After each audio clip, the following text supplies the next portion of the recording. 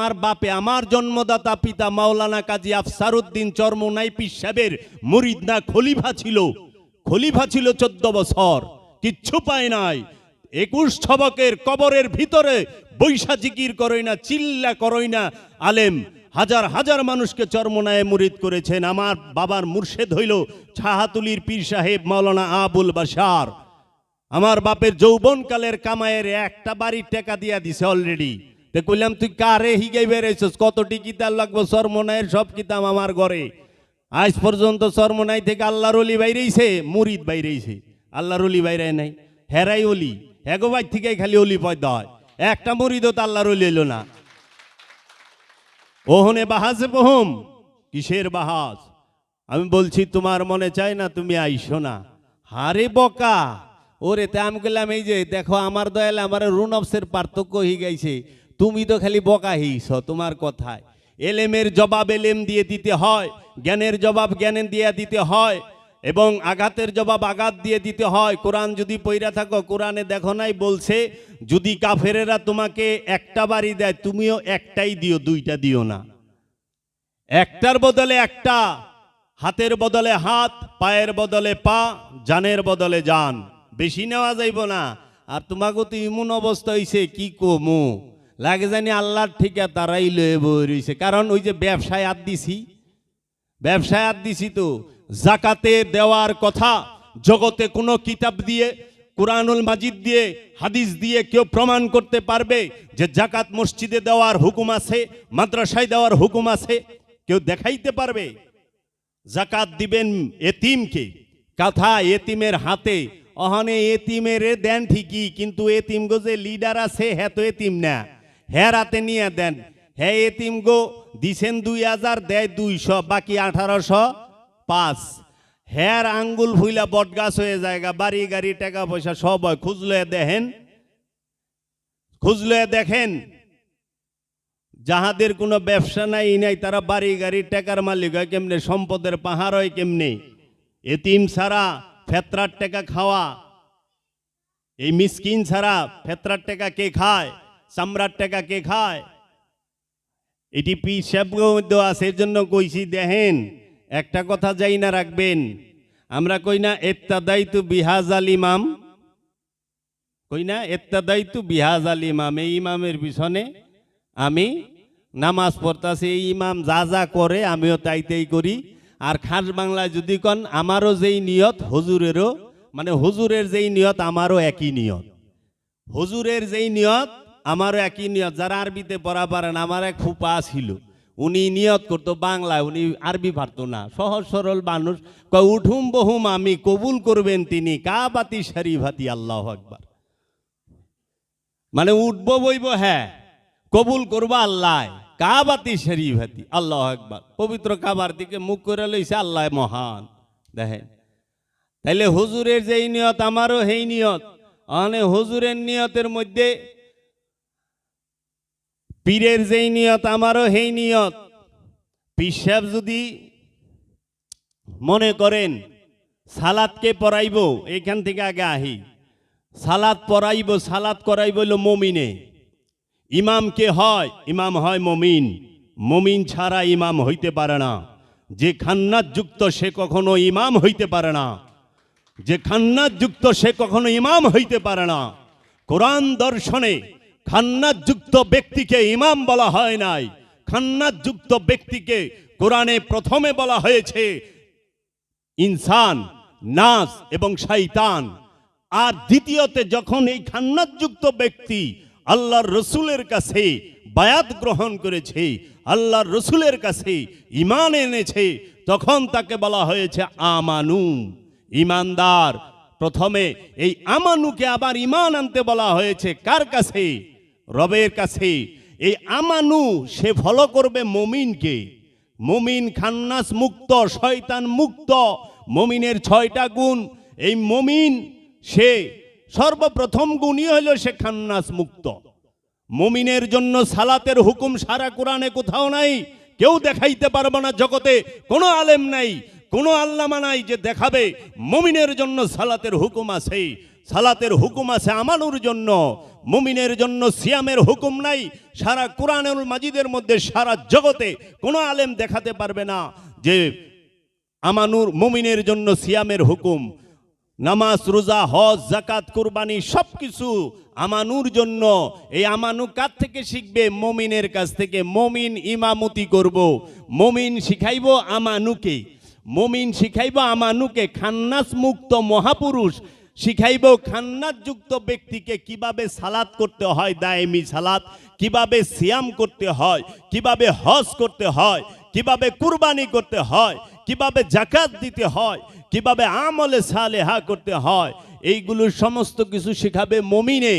মুমিন যে না, সেই মা কখনোই সালাত করতে পারে না। আর মুমিন ছাড়া যদি সালাত করে, এর লেগে আগে দেখেন, পরীক্ষা করেন যে আমি যার পিছে নামাজ পড়ি হ্যাঁ কি মুমিন না আমানু। আমানুর পিছে নামাজ পড়লে গেলে নামাজ হইব না। আহানে কয় আপনি মনভাবে কথা কন, আপনার কথায় ভাই বুঝিলে আপনি যে কি কন, আমি যে কি কই একটু কোরআন খুইলা দেখবেন, একটু কোরআন খুইলা দেখবেন। মুমিন ছাড়া অন্য কাহারও পিছে ইত্তেদা করার হুকুমই নাই কোরআন দর্শনে। আর যদি আপনি অন্যটা মানেন তো পেঁচ মাইরে তো কত কিছুই কন যায় ইচ্ছা মতো। মুমিন সালাত, যার পিছে সালাত করতেছেন ইমাম সাহেব, আগে দেখেন সে মুমিন কিনা। মুমিনের যে 6 গুণ, এই 6 গুণের মধ্যে আছে কিনা। আচ্ছা, যে পীর সাহেবের পিছে নামাজ পড়তেছেন, এখন আল্লাহর ওলি কাছে কথা কই দিব না, খালি মৌলবী কথা লইব। এই যে যারা নাকি আল্লাহর ওলি, কি লেখে এলেমে হাক্কানি, অল্পতে দাক্কানি, আলহাজ, হজরত, মাওলানা, শাহসুফি, সৈয়দ, মানে এক সাঙ্গারি টাইটেল, অমুক হুজুর। যারা পীর মাশায়েখদের কাছে মুরিদ হইছেন, এখন পীরের কাছ থেকে তো সালাত শিখেন, পীরের পিছে সালাত পড়েন। অহংকার অনেক পীর সাহেব তো সবাই তার মুরিদ গনিয়া ওয়াক্তি সালাত করে না, করে তো। আচ্ছা, শিখাইতেছে পীরে কুরবানি শিখাইতেছে, পীরে হজ শিখাইতেছে। এখন আগে চান পীরে যদি দুনিয়াদার হয়, আপনার সালাতও দুনিয়াদারি সালাতি হইব। পীর যদি দুনিয়াদার হয়, আপনার সালাতও দুনিয়াদারি সালাত হইব। পীর যদি দুনিয়াদার হয়, আপনার যাকাতও দুনিয়াদারি যাকাত হইব। আপনার পীর যদি দুনিয়াদার হয়, আপনার কুরবানিটাও দুনিয়াদারি কুরবানি হইব। এর জন্য পীর হোক চাই ইমাম হোক, অবশ্যই তাকে মুমিন হইতে হবে। আর মুমিন ছাড়া ইমাম হইতেই পারে না।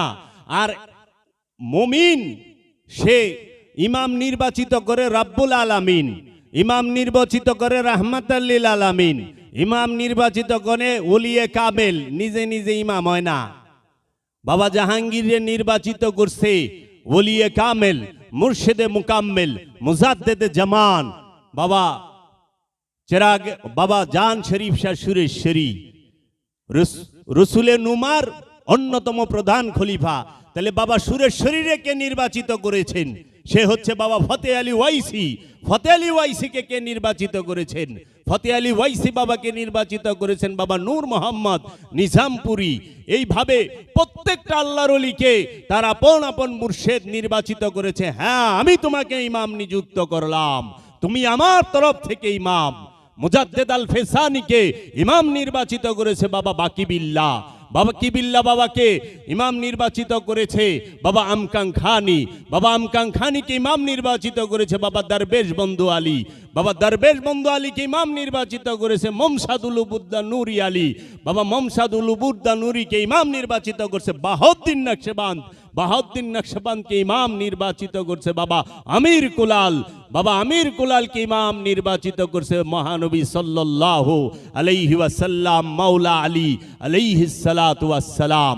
এর জন্য ইমাম নির্বাচিত করে মাওলা আলী এবং মহানবী নিজে নিজে নিজে ইমাম হয় না। আর আমরা হনে সুদখোর, ঘুষখোর, সুর, বাটপার, সিটার, হুঁশিয়ার হুঁশিয়ার সাবধান। এই সুর বাটপারেরা মিলে আমরা ইমাম নিয়োগ দিই। হুজুর আপনি কালকে নামাজ পড়াইবেন। মসজিদ কমিটির সভাপতি কয়টা আছে? মুমিন। কয়টা আছে? আমানু, ইমানদার। সবই তো বেশিরভাগই তো কুরাপ্টেড। এলাকার সবচেয়ে বড় হোমরা সুমরা। তাই বেদম বাবা একদিন একটা কথা কইছিল যে মুসা নবীর বিরুদ্ধে, মুসা নবী ফেরাউনের বিরুদ্ধে দাঁড়াইছে, ওই সময়কার সবচেয়ে বড় সম্পদ জমাকারী ছিল ফেরাউন।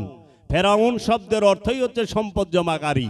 এই সম্পদ জমাকারীর বিরুদ্ধে মুসা নবী খারাইছে, নমরুদ্দার বিরুদ্ধে ইব্রাহিম নবী খারাইছে। কেন? জুলুমের বিরুদ্ধে। আর এখনকার আমাগো আলেম সমাজ কি করে? এলাকার সবচেয়ে বড় ঘুষখোর বাটপার সিটার হের যায়া হের লগে বাউ রাখে। গরিবের দামই নাই, গরিব মানুষের লগে কথাই নাই। সবচেয়ে বড় ঘুষখোরের বাড়িতে ডেলি খতম পড়ে, আর রোজার মাস আছে সকালবেলা এই হে খতম পড়ে। অথচ কোরআন দর্শনে তো এই ঘুষখোর, এই জুলুমবাজ, এই জুলুমকারীর বিরুদ্ধে সর্বপ্রথম দাঁড়াবে সমাজে ইমাম। ইমাম দাঁড়াবে যে মহানবীর হাদিস দিয়ে একটি সুয়ের ছিদ্র দিয়ে যদি একটা উট এই পার থেকে ওই পার যাইতে পারে, তাহলে একটা ধনবান ব্যক্তি জান্নাতে প্রবেশ করবে। সম্পদ জমাকারী মানুষ কখনো জান্নাতে যাইব না। সম্পদ জমাকারী মানুষ জাহান্নামী। আল্লাহর হাবিব হাদিসেও কয়ে দিছে, কোরআনেও আল্লাহ কয়ে দিছে। এখন সম্পদ জমাকারী গো সাপোর্টেই তো সবাই আছে, গরিবের লোকে কে আছে? গরিবের লোকে কেউ নাই। সত্য বললে সমাজে থাকা যাইব? এখন ইমাম সাহেব খাড়া হইল আল্লাহর ওলির বিরুদ্ধে সর্বপ্রথম। এক মহল্লায় যদি আল্লাহর ওলি থাকে, কোনো মজ্জুব থাকে, কোনো আবদাল থাকে, তখন সে দাঁড়ায় যায় তার বিরুদ্ধে। কিন্তু সম্পদ জমাকারী, সুদখোর, ঘুষখোর, এই জুলুমকার, আত্মসাৎকারী, এদের বিরুদ্ধে দাঁড়ায় না। এই রকম আল্লাহর ওলির বিরুদ্ধে, বাবা জাহাঙ্গীরের বিরুদ্ধে দাঁড়ায় যায়, সুফি সদরুদ্দিন আহমদের বিরুদ্ধে দাঁড়ায় যায়, জান শরীফ শাহ সুরেশ্বরীর বিরুদ্ধে দাঁড়ায় যায়, মুজাদ্দেদ আল ফেসানির বিরুদ্ধে দাঁড়ায় যায়। এরকম খাজা গরিবে নেওয়াজের বিরুদ্ধে দাঁড়াইছে, দাঁড়ায় না? পৃথিরাজের সাথে কত আলেম আইছিল ওই সময়কার, মুসা নবীর বিরুদ্ধে দাঁড়ায় নাই? দাঁড়াইছে তো। তো কাজেই ইমাম যদি গলত হয়, নামাজও গলত হয়ে যাইব। যারাই নামাজ পড়েন ইমামের পিছার পিসাবের পিছে, আগে ইমামের দিকেও খেয়াল করেন, পীরের পিছেও খেয়াল করেন। ইমাম সাহেব কইলে জব কইরা মানুষ সেফটি ট্যাঙ্কির ভিতরে থুইয়া জাপজুপ লাগায়া তারপরে জুমার নামাজের খুতবা দিয়া জুমার নামাজ পড়ছে নারায়ণগঞ্জে। নারায়ণগঞ্জে পেপারে আইছে, ইউটিউব একটু ঢুইকেন দেখবেন কতটি চ্যানেলের মধ্যে আসছে। এই লাল দাড়ি হুজুরের বয়স্ক মানুষ, হ্যাঁ, এক শিশু বাচ্চারে, ছোট্ট বাচ্চারে জব কইরা সেফটি ট্যাঙ্কে থুইয়া। আমার কাছে কথা হইল, এরকম যারা আছেন তাহলে এর পিছনে 10 বছর যারা নামাজ পড়ছে শেষ পুঞ্জি। পুঞ্জি তো শেষ, কারণ বিহাজাল ইমাম কইছেন তো পুঞ্জি শেষ। তাহলে যারা বলৎকার করতেছে তাদের পিছে নামাজ পড়লে নামাজ কি হইব? যারা লোভ করতেছে তাদের পিছে নামাজ পড়লে নামাজ কি হইব? ভালো আলেম আছে না? এর জন্য মুমিন দেখবেন সৎ মানুষ, সৎ আলেম, হাক্কানি আলেমের অভাব নাই। অসংখ্য হাক্কানি আলেম আছে, অসংখ্য পীরে কামেল আছে। সবাই খারাপ তা কই না কইলে, যারা খারাপ তাগো পিছে যায় না। দেখেন হ্যাঁ নিজেই লুবি। আপনি কইছেন বিহাজাল ইমাম, তা আপনি লুব ছাড়া আর কি শিখবেন? হ্যাঁ নিজেই উগ্র, হ্যাঁ নিজেই ভয়ঙ্কর পাজি। এখন আপনি কইছেন বিহাজাল ইমাম, তা আপনি তারও 4 ডিগ্রি বেশি পাজি থাকবেন। কারণ হ্যাঁ ইমাম সাহেব এই যে গরম, আর আপনি তো পুরো শয়তান লইয়া বয়ে রইছেন, তা আপনি কি গরম হইবেন? সেদিন কসবাই গেছিলাম, এইরকম ইমামও দেখছি, মুত্তাকিও দেখছি, ওরে বাবারে গরম। এই হইল ইসলাম। ইন্নাস সালাতা তানহা আনিল ফাহশাই ওয়াল মুনকার। নিঃসন্দেহে সালাত পাপ থেকে বিরত রাখে, উগ্রতা থেকে বিরত রাখবে, সমস্ত অশ্লীল কর্ম থেকে বিরত রাখবে। তা আপনি বলতেছেন আমরা আল্লাহ আল্লাহ জিকির করলে আপনার নামাজে নষ্ট হয়। তা আপনিও আল্লাহরে ডাকতেছেন, আমি আল্লাহরে ডাকতেছি। আপনি কোন আল্লাহরে ডাকেন? আর আপনার নামাজে তো পাতলাকে যে 200 মিটার দূরে একজনে আল্লাহ আল্লাহ ডাকবার লইছে, এনতে আপনি ডিস্টার্ব হয়। তার মানে কি আপনি নামাজ পারবেন দেখে পশু পাখিও চিল্লাচিল্লি বন্ধ করে দিব, মানুষজন সব সাইলেন্ট হয়ে যাব? কিমুন এবাদতকারী? এই এবাদত কিমুন? এবাদত তো এমন হবে, মাওলা আলী বলছে, আমি সেই আল্লাহর ইবাদত করি না যে আল্লাহকে আমি দেখি না। আমার পায়ে, মাওলা আলীর পায়ে তীর বিচ্ছিল, বলছে এখন খুইল না, বড় যন্ত্রণা করে, বেড়া ব্যথা করে। আমি যখন সালাতে দাঁড়াই তখন এই তীর খুইল, আমি টেরও পামু না। তীর ইমরাত থেকে 2 গোমরাদা বাইরে গেছে মাওলা আলীর পায়ে, কদম মুবারকে। ইমরাত থেকে সালাতের সময় খুলছে, তাইলে তার সালাত কত গভীরা ছিল। আর আমাগো এহেনে ওরে বাবারে, একজনে হিন্দুরা যদি মন্দিরে ডুল বাইরায় মুসলমান নামাজ পড়া পারে না, ওর ডুল বন্ধ রাখবি আমি নামাজ পড়ুম। এটা কি ইসলাম? যদি ইন্ডিয়া এরকম করে যে আমরা মন্দিরে পূজা করুম, তুমি নামাজ বন্ধ রাখবা, আজান বন্ধ রাখবা, তখন তো আবার করবেন জুলুম করে। না, যার যার ধর্ম শেষে করবে। লা ইকরাহা ফিদ্দিন, দিনের মধ্যে কোনো জবরদস্তি নাই। লাকুম দীনুকুম ওয়ালিয়া দিন, তোমার ধর্ম তোমার দিন তোমার কাছে, আমার দিন আমার কাছে। আমি মুর্শিদ মানি, আমি আমার মুর্শিদের কাছে গেছি, এটা আমি মানি, আমারটা লয়ে আমি আছি, তুমি মানো না, তোমারটা লয়ে তুমি থাকো। তুমি কেন জোর করে আইছো? কয় এটা আমার দায়িত্ব। এই যে আজকে যে চরমনায় যে ফোন দিছিল আমারে, কয় কি যে এটা আমার দায়িত্ব আপনারে হেদায়েত করো, সাবধান করো। তা আমাকে এই দায়িত্ব কে দিল? কয় আল্লাহ রাব্বুল আলামিন। আমাকে ইন্না লিল্লাহ। কয় কি আল্লাহ আপনার নিজে দায়িত্ব দিছে? তখন আর কথা কয় না। আল্লাহ আপনার দায়িত্ব দিলে আপনি ফোন করে বকাবকি করবেন না। আল্লাহ রসুলরে দায়িত্ব দেয়, আল্লাহ ওলিরে দায়িত্ব দেয়, আল্লাহ নবীরে দায়িত্ব দেয় মানুষকে হেদায়েতের জন্য। আর ওলি নবী রসুল রায়া এই শিবারাম পাড়া কায়দা পড়ায় না। ওলি নবী রসুল রায়া মুর্শিদে ধ্যান শিখায়, দাইমি সালাত শিখায়। কি বরজাকে শেখ, তসব্বুরে শেখ, নিরিকে মুর্শিদ, বরজাকে মুর্শিদ, তসব্বুরে মুর্শিদ। এই দাইমি সালাত করাইতে করাইতে, হাকিকি সিয়াম করাইতে করাইতে, যাকাত দিতে দিতে মানুষ মুমিনে পরিণত হয়।